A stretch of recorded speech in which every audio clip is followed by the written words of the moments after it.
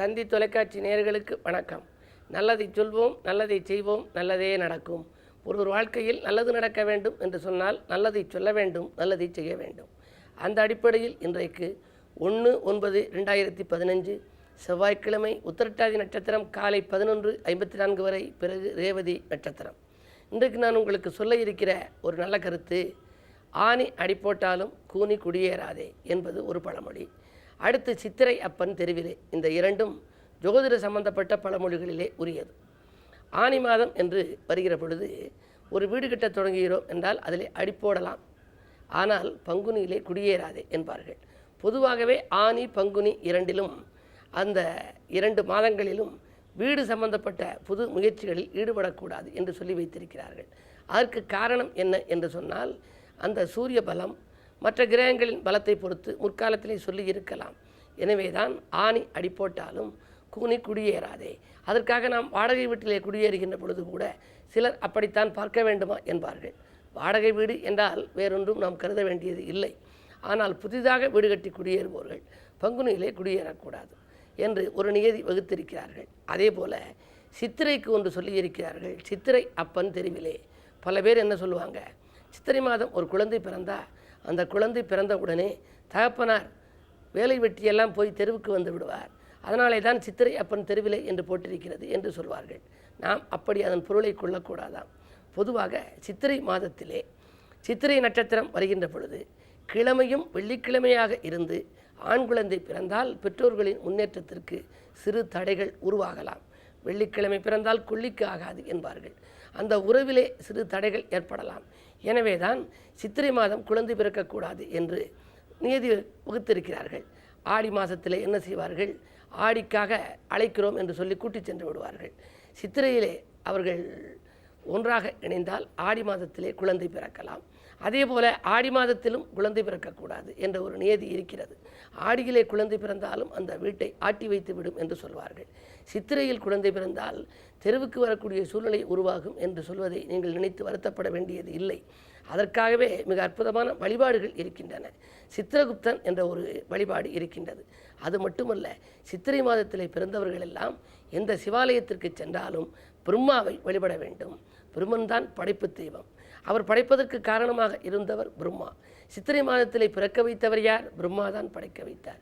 எனவே சிவாலயத்திற்கு செல்பவர்கள் எல்லாம் பெரும்பாலும் சண்டிகேஸ்வரர் சன்னதியிலே சொல்லிக் கொள்கின்ற பொழுது பக்கத்தில் இருக்கிற பிரம்மாவை ஏறெடுத்து பார்ப்பதில்லை. பல ஆலயங்களுக்கு செல்கிற பொழுது நான் பார்த்திருக்கிறேன். சிலர் எல்லா தெய்வங்களையும் வழிபடுவார்கள். சிலர் வேகமாக வந்து சண்டிகேஸ்வரரிடம் சொல்லிக்கொண்டு, நான் வந்து நேரமாச்சு, நந்திக்கு தீபமாச்சு, பிரகாரம் 3 ஆச்சு, போய் வருகிறேன் சண்டிகேஸ்வரரே என்று சொல்லிக்கொண்டு வந்து விடுவார்கள். ஆனால் முறையாக அதற்கு பக்கத்திலே மேலே பார்த்தால் ஒரு பக்கம் பிரம்மாவினுடைய சிலை இருக்கும், மற்றொரு பக்கத்திலே துர்க்கையின் சிலை இருக்கும். சில ஆலயங்களிலே விஷ்ணு துர்க்கையாகவும் இருக்கும். அதில் இருக்கக்கூடிய துர்க்கையையும் வழிபட வேண்டும், பிரம்மாவையும் வழிபட வேண்டும். படைப்பு தெய்வம் பிரம்மாவை சித்திரை நட்சத்திரத்திலே பிறந்தவர்கள் வழிபட்டால் அவருடைய வாழ்க்கையிலே நல்ல முன்னேற்றங்கள் கிடைக்கும். அவருடைய பெற்றோர்களுக்கும் முன்னேற்றம் வந்துவிடும். எனவே குழந்தை சித்திரையிலே ஒருவருக்கு பிறந்தால் அவர்கள் சித்திரகுப்தனுக்கும் பரிகாரம் செய்ய வேண்டும். சித்திரகுப்தனுக்கு என்று 2 ஆலயங்கள் இருக்கின்றன. ஒன்று காஞ்சிபுரத்திலே தனி சன்னதி இருக்கிறது, மற்றொன்று அருப்புக்கோட்டையில் இருக்கிற அமுதலிங்கேஸ்வரர் கோயிலில் இருக்கிறது. மேலும் சில ஆலயங்களிலும் இருக்கிறது. பிள்ளையார்பட்டியில் கூட இப்பொழுது சித்திரகுப்தனுக்கு என்று ஆலயம் கட்டியிருப்பதாக கேள்விப்பட்டேன். இப்படி சித்திரகுப்தனுக்கு இருக்கிற ஆலயங்களை தேடி கண்டுபிடித்து சித்திரை நட்சத்திரத்திலே பிறந்தவர்கள் சென்று அதற்குரிய அபிஷேக ஆராதனைகள் செய்து வழிபடுவதன் மூலம் அவருடைய பிறப்பால் வருகிற தோஷங்கள் நீங்கி பெருமைகள் அவர்களுக்கு வந்து சேரும். அவர்கள் குடும்பமும் நல்ல முன்னேற்றத்திற்கு வரும் என்ற நல்ல கருத்தை தெரிவித்து இனி இந்திய ராசி பலன்களை இப்பொழுது உங்களுக்கு வழங்கப் போகின்றேன். மேசராசி நேயர்களே, போன் மூலம் பொன்னான தகவல் வந்து சேர்கிற நாள் இந்த நாள். பொது வாழ்விலே உங்களுக்கு மதிப்பும் மரியாதையும் உயரும். பணவரவு திருப்திகரமாக இருக்கும். செய்தொழிலே லாபம் கிடைக்கும். சனியின் பார்வை உங்கள் ராசியில் பதிவதால் அடிக்கடி சஞ்சலங்கள் மேலோங்கும். ரெட்டித்த சிந்தனையை விட்டுவிடுங்கள். தன்னம்பிக்கையோடும் தளராத உழைப்போடும் நீங்கள் இருந்தால் இந்த நாள் உங்களுக்கு இனிய நாளாக அமையும். ரிஷபராசி நேயர்களே, சொல்லை செயலாக்கி காட்டும் நாள். தொழிலில் புதிய முதலீடுகள் செய்யலாமா என்ற சிந்தனை மேலோங்கும். பஞ்சாயத்துக்கள் நல்ல முடிவுக்கு வரும். புது முயற்சிகளில் வெற்றி கிடைக்கும். பெண்வெளி பிரச்சனைகள் தீரும். பயணங்களால் பலன் உண்டு. மிதுனராசி நேயர்களே, முன்னேற்றம் காண்பதற்கு முயற்சி எடுக்கும் நாள். முக்கிய புள்ளிகளை பகைத்து கொள்ளாமல் பார்த்துக்கொள்வது நல்லது. 2 செவ்வாய் இருப்பதால் எதையும் ஒரு முறைக்கு பல முறை யோசித்து செய்வதுதான் நல்லது.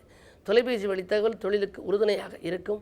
சகோதர ஸ்தானத்தில் சூரியன் பலம் பெற்றிருப்பதால் சகோதரர்களால் ஆதாயம் உண்டு, சேமிப்பு உயரும். கடகராசினியர்களே, விருப்பங்கள் நிறைவேற நீங்கள் வழிபாட்டை மேற்கொள்ள வேண்டிய நாள்.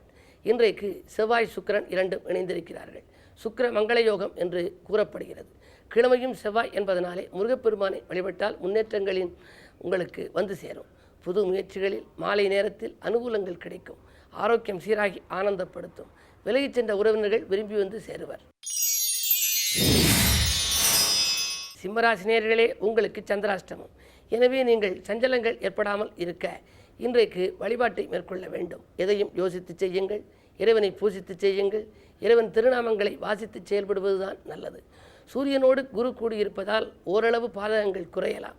உத்தியோகத்தில் திடீர் மாற்றங்கள் ஏற்படும். ஒரு சிலருக்கு நீண்ட தூர பயணங்கள் கூட உருவாகலாம். உடல் ஆரோக்கியத்திற்கென்று ஒரு தொகையை செலவிடும் சூழ்நிலை உண்டு. அருகில் இருப்பவர்கள் உங்களுக்கு அனுசரித்து செல்வார்களா என்பது சந்தேகம்தான். விட்டு கொடுத்து செல்வதன் மூலமே உங்கள் விருப்பங்கள் நிறைவேறும் நாள் இந்த நாள். கன்னிராசினியர்களே, மலைபோல் வந்த துயர் பனிபோல் விலகும் நாள். மங்கையர் வழியில் ஏற்பட்ட மனக்கலக்கங்கள் மாறும். விலையுயர்ந்த பொருட்களை வாங்குவதில் ஆர்வம் காட்டுவீர்கள். ஆரோக்கியம் சீராகி ஆனந்தப்படுத்தும். வெளிவட்டார பழக்க வழக்கம் விரிவடையும். வியக்கும் தகவல் அஞ்சல் வழியில் இன்றைக்கு வந்து சேரப்போகிறது. துலாம் ராசினியர்களே, பிற இனத்தாரால் பெருமை வந்து சேரும் நாள். பிரிந்து சென்றவர்கள் வந்து இணையப் போகின்றார்கள். உறவினர் பகை அகலும். உற்சாகத்தோடு பணிபுரியப் போகின்றீர்கள். தொழில் மற்றும் உத்தியோகத்தில் ஏதேனும் நீங்கள் எதிர்பார்ப்புகள் இருந்தால் அந்த எதிர்பார்ப்புகள் இன்று நிறைவேறும்.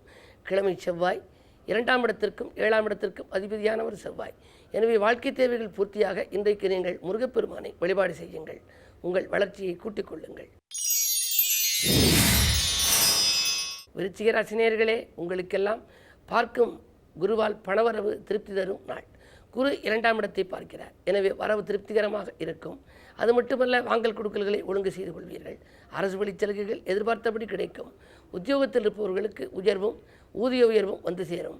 அரசியல்வாதிகளின் ஆதரவோடு ஒரு நல்ல காரியம் ஒன்றை செய்து முடிக்கப் போகின்றீர்கள். கிழமை செவ்வாய் என்பதாலும் உங்கள் ராஜநாதன் செவ்வாய் நீச்சம் பெற்று இருப்பதாலும் இன்றைக்கு முருகப்பெருமானை நீங்கள் வழிபாடு செய்தால் முன்னேற்றத்தின் முதல் படிக்கு செல்ல இயலும். தனுசு ராசினியர்களே, உங்களுக்கெல்லாம் விடாமுயற்சிக்கு வெற்றி கிடைக்கும் நாள். வீட்டு தேவைகள் பூர்த்தியாகும். கூட்டு முயற்சியிலே லாபம் கிடைக்கும். மாற்று மருத்துவத்தால் உடல்நலமும் சீராகும். எதிரிகளின் தொல்லை குறையும். என்று எடுத்தோம் முடித்தோம் என்று ஒரு சில காரியங்களை முடித்துக் கொடுப்பீர்கள். விருப்பங்கள் அனைத்தும் நிறைவேறும் இந்த நாள். வியாழனின் பார்வை இருப்பதால் குழந்தைகளின் முன்னேற்றம் கருதியும் நீங்கள் மகிழ்ச்சி கொள்ளப் போகின்றீர்கள். மகர ராசினியர்களே, உங்களுக்கெல்லாம் குடும்ப சுமை கூடுகின்ற நாள். கொடுக்கல் வாங்கல்களில் ஏமாற்றங்களை சந்திக்க நேரிடும். 8ஆம் இடத்திலே குரு சூரியன் இரண்டும் இணைந்திருக்கிறார்கள். 12க்கு அதிபதி 8இல் இருப்பதால் விபரீத ராஜயோக அடிப்படையில் சில காரியங்கள் திட்டமிடாமல் கூட செய்து முடிப்பீர்கள். ஆனால் திட்டமிட்ட காரியங்கள் முடிக்க முடியுமா என்பது சந்தேகம்தான். திருமண முயற்சிகளில் கூட தாமதங்கள் ஏற்படலாம். இந்த நாளை இனிய நாளாக அமைத்துக்கொள்ள நீங்களும் ஆலய வழிபாட்டில் ஆர்வம் காட்டுங்கள். கும்பராசினியர்களே, உங்களுக்கெல்லாம் சுபகாரிய பேச்சுக்கள் நல்ல முடிவுக்கு வரும் நாள். சொல்லை செயலாக்கி காட்ட சுற்றி இருப்பவர்களின் ஒத்துழைப்பு கிடைக்கும். எதிர்பாராத தனலாபம் இல்லம் தேடி வரப்போகின்றது. 6ஆம் இடத்திலே சுக்கிரன் சுகாதிபதி 6இல் இருப்பதால் நீண்ட தூர பயணங்களை ஒரு சிலர் மேற்கொள்ள நேரிடும். நூதன பொருள் சேர்க்கை உண்டு. விலையுயர்ந்த பொருட்களை கையாளுவதில் கொஞ்சம் கவனம் செலுத்துங்கள். மீனராசினியர்களே, சந்திரபலம் உங்கள் ராசியில் இருப்பதால் சோதனைகளை வென்று சாதனை படைக்கும் நாளாக இந்த நாளை கருதலாம். சுறுசுறுப்பாக செயல்படுவீர்கள். நீண்ட நாள் ஆசை நிறைவேறும். நிகழ்கால தேவைகள் பூர்த்தியாகும். தொழில் மாற்று சிந்தனை ஒரு சிலருக்கு மேலோங்கலாம். உத்தியோகத்தில் இருப்பவர்கள் விஆர்எஸ் பெற்றுக்கொண்டு விருப்ப ஓய்வில் வந்து சுயதொழில் செய்யலாமா என்ற சிந்தனையையும் மேற்கொள்வார்கள். 8இல் சனி இருக்கிறார். சனி மாற்றம் ஒருமுறை கொஞ்சம் பொறுமையை கடைபிடிப்பது நல்லது. இந்த நாளை இனிய நாளாக அமைத்துக்கொள்ள செவ்வாய்க்கிழமை என்பதால் கந்தப்பெருமானை வழிபாடு செய்யுங்கள். கவலைகள் தீரும். மேலும் விவரங்கள் அறிய தினத்தந்தி படியுங்கள்.